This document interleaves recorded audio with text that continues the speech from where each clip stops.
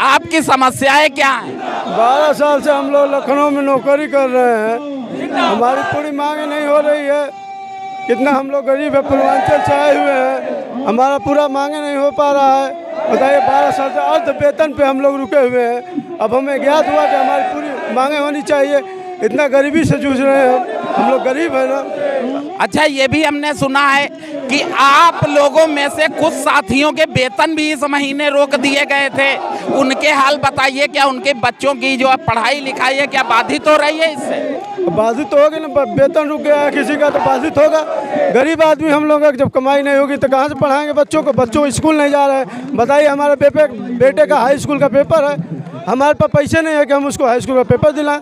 बाधित तो हो रही है। अभी आज 9 तारीख हो गया, वेतन नहीं आया। अगला महीने से हमारा लड़के का पेपर है, 22 फरवरी से पेपर है, वो कैसे परीक्षा देने जाएगा? 12 किलोमीटर 15 किलोमीटर दूर सेंटर जाता है दूर। बताइए, हम लोग गरीब आदमी कितना वेतन पाते हैं? अच्छा, एक चीज और बताइए, अगर बाबा जी यानी शासन प्रशासन आपकी मांगों को पूरा नहीं करता है तो आपका अगला कदम क्या होगा? बाबा जी हमारे मांग को पूरा करें, क्योंकि हम लोग पूर्वांचल के रहने वाले हैं। बिहार बॉर्डर नज़दीक पड़ता है हम लोग को। वहाँ बताइए, दूध 30 रुपया किलो मिलता है, यहाँ 50 रुपया किलो मिल रहा है लखनऊ में हम लोग। तो क्या खाली पूर्वांचल के होने के कारण ही बाबा से मांग कर रहे हैं? पश्चिमांचल वाले इसमें शामिल नहीं हैं? नहीं हैं, सब गरीब हैं। अब रेंज देखा जाता है। अब लखनऊ इतनी बड़ी शहर है, बताइए हम लोग देहात से आए हैं, जहाँ 30 रुपया किलो दूध है, यहाँ 100 रुपया किलो 50 रुपया मिल रहा है। तो कैसे हमारे बच्चों का पालन होगा? तो आप बता रहे सब गरीब हैं, तो क्या आप अमीर हैं? नहीं, सब लोग गरीबे तो हैं। दूर से आए हैं हम लोग, दूर से आए हैं हम लोग, देहात से आए हैं। अब लखनऊ ऐसे सिटी में आए हैं। सिटी में आए हैं तो सिटी जैसा खर्चा भी तो है। हमारे बच्चे भैया आप भी कुछ इस लखनऊ जैसी सिटी में गरीब नहीं, अब महागरीब बने जा रहे हैं हम लोग। और गरीब तो है ही है, बहुत परेशान हैं हम लोग। और मुख्यमंत्री जी से यही निवेदन है कि आज हमारा 54वां दिन हो गया है, इस पे कुछ संशोधन करें और देखें और समझें, इसको पढ़ें, नियमावली समझें, नियमावली में साइन करें और हमारा ये जितना मांग है उसको पूरी करें। यही निवेदन है। पूरे जिले में अच्छी छाप पड़ेगी माननीय मुख्यमंत्री योगी आदित्यनाथ जी की। अच्छा, ये बताइए, आप लोग 2011 से यहाँ पे हैं। यहाँ पे लगभग हम जो कुछ यहाँ पे सुने हैं अब तक 172 कार्मिकों की मृत्यु हो चुकी है। क्या उनके परिवार भी यहाँ पे मौजूद हैं? उनके परिवार में समझ लीजिए कि इतनी परेशानी है कि 10 रुपए देने वाला कोई नहीं है इस समय। नहीं, हमने पूछा यहाँ धरना प्रदर्शन में उनके परिवार भी मौजूद हैं? परिवार, कुछ परिवार मौजूद रहते हैं, कुछ परिवार घर का खर्चा चलाने के लिए मेहनत मजदूरी कर रहे हैं गांव में। अच्छा, ये बताइए, जो लोग मृतक हो चुके हैं और उनके परिवार यहाँ पे आ रहे हैं तो उनके बच्चे वगैरह भी तो होंगे, तो उनके बच्चे क्या पढ़ाई लिखाई उनकी चल रही है या बंद है? कुछ परिवार की डेड बॉडी मैं खुद ले गया हूँ उनके गांव, उनके घर, गृह जनपद, और उनके बच्चों की ये स्थिति है कि पतरा पड़ा हुआ है घर में और बाहर पुआल लगा हुआ है, खिड़की दरवाजे पुआल के बने हुए हैं। अब ये समझ लीजिए, इतनी दयनीय स्थिति में वो बच्चों को क्या पढ़ाएंगे, क्या खिलाएंगे और क्या करेंगे जीवन में, क्या करवा पाएंगे अपने बच्चों को? अच्छा, आप ये बताइए कि 2011 में आपकी भर्ती बहन जी के प्रशासन में हुई थी, तो क्या बहन जी आप सबको ये सब देके नहीं गई थी?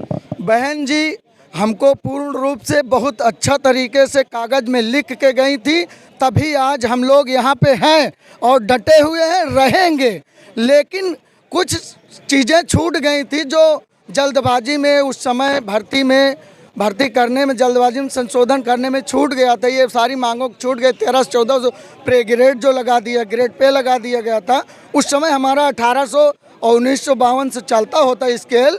तो आज हमें ये परेशानी नहीं देखनी पड़ती, लेकिन हो जाता है, कुछ चीज़ें जल्दबाजी में छूट जाती हैं। उस समय 5 साल के अंदर हमारा स्मारक बना और बनने के बाद उसमें हम लोग कार्य करने के लिए भर्ती किया गया, और भर्ती करते समय कुछ त्रुटियां हो जाती हैं सब लोगों से। लेकिन अब तो ये लोग 2 पंचवर्षीय जीत चुके हैं, अब तो इनको हम लोगों को कुछ पेट के लिए सोचें इस लखनऊ जैसे शहर में, इस महंगाई को देखते हुए। अच्छा, हम आपसे ये भी जानना चाहेंगे कि मायावती की गवर्नमेंट के बाद एक बीच में गवर्नमेंट सपा की भी आई थी, क्या उनसे आप लोगों ने कुछ मांग की? आप लोगों की कुछ मांगे पूरी हुई या सारी मांगे योगी बाबा के ही कार्यकाल में पैदा हो गई? हाँ, कुछ मांगे पूरी हुई हैं। ऐसा नहीं, जो हमको मिल रहा है वेतन इस समय उसमें संशोधन हुआ है, तभी आज जाके 4% 10% जो डीए इंक्रीमेंट लगता था उसी के जाति आज हम लोग कुछ तो मजबूत हैं। लेकिन अब तक कब तक हम मर मिटते, लेकिन वो उन्हीं के जाति कुछ न कुछ चीज़ सही हुई हैं। अच्छा, आप लोगों ने एक यहाँ पे पोस्टर लगा रखा है कि 800 करोड़ का घोटाला, उसकी जांच कराइए। क्या ये पैसा जो है भ्रष्टाचार की जांच चढ़ गया है या कोई और? ये भ्रष्टाचार की भेंट तो चढ़ ही गया है, लेकिन अगर मुख्यमंत्री योगी आदित्यनाथ जी की कलम जिस दिन चल जाएगी उन भ्रष्ट अधिकारियों के ऊपर ना, उनकी कुर्की हो जाएगी, कुर्की, वो कहीं के नहीं रहेंगे। अच्छा, ये जो आपके अधिकारी हैं इनसे आज तक आप मांग करते रहे, 11-12 साल, आप 13 साल लगभग पूरा हो रहा है आप लोगों को, तो क्या इन्होंने कभी आपकी मांगों को संज्ञानित नहीं किया या आगे नहीं बढ़ाया? क्या समस्या है आपको? संज्ञानित किए हैं, जो यहाँ प्रमुख सचिव हैं, जो नीचे के अधिकारी हैं, उनको संज्ञान में है, वो संज्ञानित करते हैं, लेकिन रोक रहे हैं, उसमें डांड मेड़ बांध दिए हैं कि वहाँ तक वो फाइल ना पहुँचे, उनके संज्ञान में ना जाए। लेकिन हमारा ये निवेदन है कि वो खुद स्वयं यूट्यूब पे चल रहा है, न्यूज़ चैनल पे चल रहा है, पत्राचार हो रहा है, अखबारों में चल रहा है, दैनिक जागरण, दैनिक भास्कर, अमर उजाला, इन सब में पत्राचार हो रहा है। उससे जाने और देखें कि क्या पीड़ा है स्मारक कर्मचारी की, क्या दर्द है उनके परिवार का। मैं ये दिखा रहा हूँ आपको, अगले भैया भी यहाँ पे मौजूद है जो कि धरना प्रदर्शन का लगातार हिस्सा बने हुए हैं। आप भैया अपनी समस्याएं बताइए।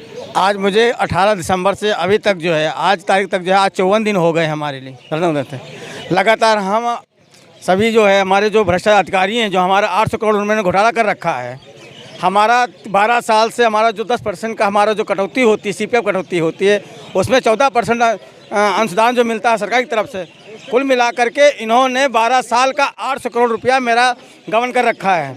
मैं माननीय मुख्यमंत्री जी से यही निवेदन करता हूं कि इन भ्रष्टाचारियों के खिलाफ सख्त कार्रवाई करें और इन्हें जेल भेजा जाए। और हमारी जो भी मांगे हैं, जो पुनरीक्षित वेतन है, 1400 ग्रेड पे को कर्मचारी जो हमारा रोक दिया गया है उनको जो है लागू किया जाए। NPS जो हमारा जो है, और सवेतन चिकित्सा का जो हमारे कर्मचारी मान लो किसी तरह बीमार हो जाते हैं, दुर्घटनाग्रस्त हो जाती है, तो उनको जो उनको चिकित्सा के लिए जो उनको छुट्टियां मिलें, क्योंकि हमारी महिलाओं को जो है प्रसूति अवकाश मिलता है लेकिन पुरुषों को नहीं मिलता है।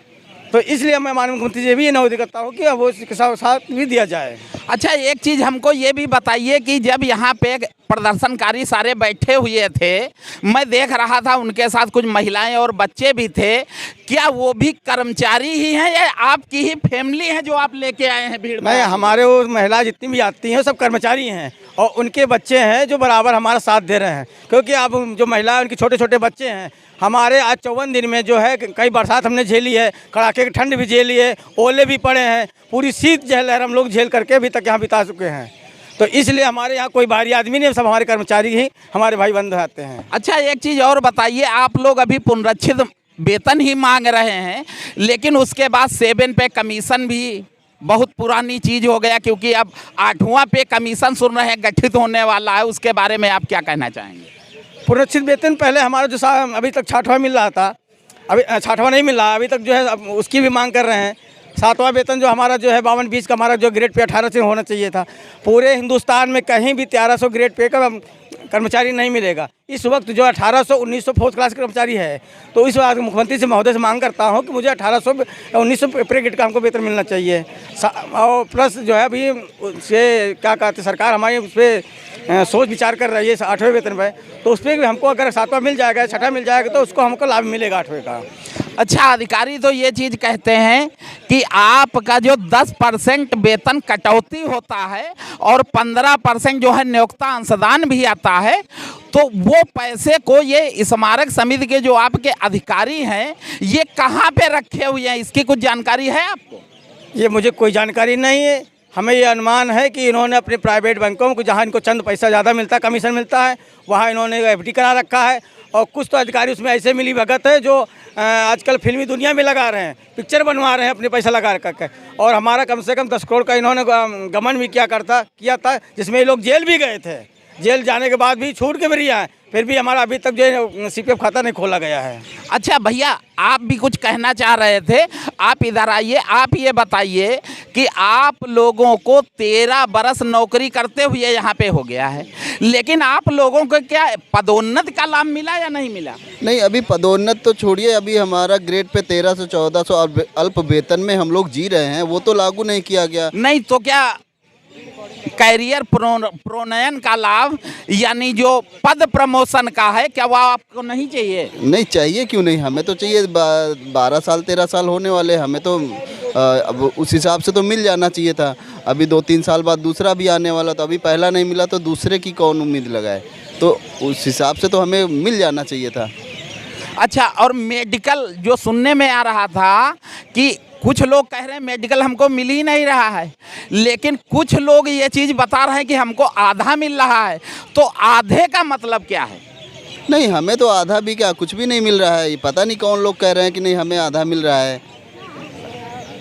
अच्छा, मिल रहा है अब। हाँ तो जो कि शायद आपको शुद्ध अभी जानकारी नहीं है, क्योंकि शायद आप नहीं पा रहे हैं, ये महिलाएं पा रही हैं, क्योंकि महिलाएं अपना, हाँ, जब जो है प्रेगनेंसी पीरियड वगैरह होता है, तो उस टाइम में जो इनको बच्चे की सेवा लालन पालन के लिए जो छुट्टियां मिलती हैं, वो सब हमारी समझ से तो मेडिकल की ही श्रेणी में आता है। आप क्या कहना चाहेंगे?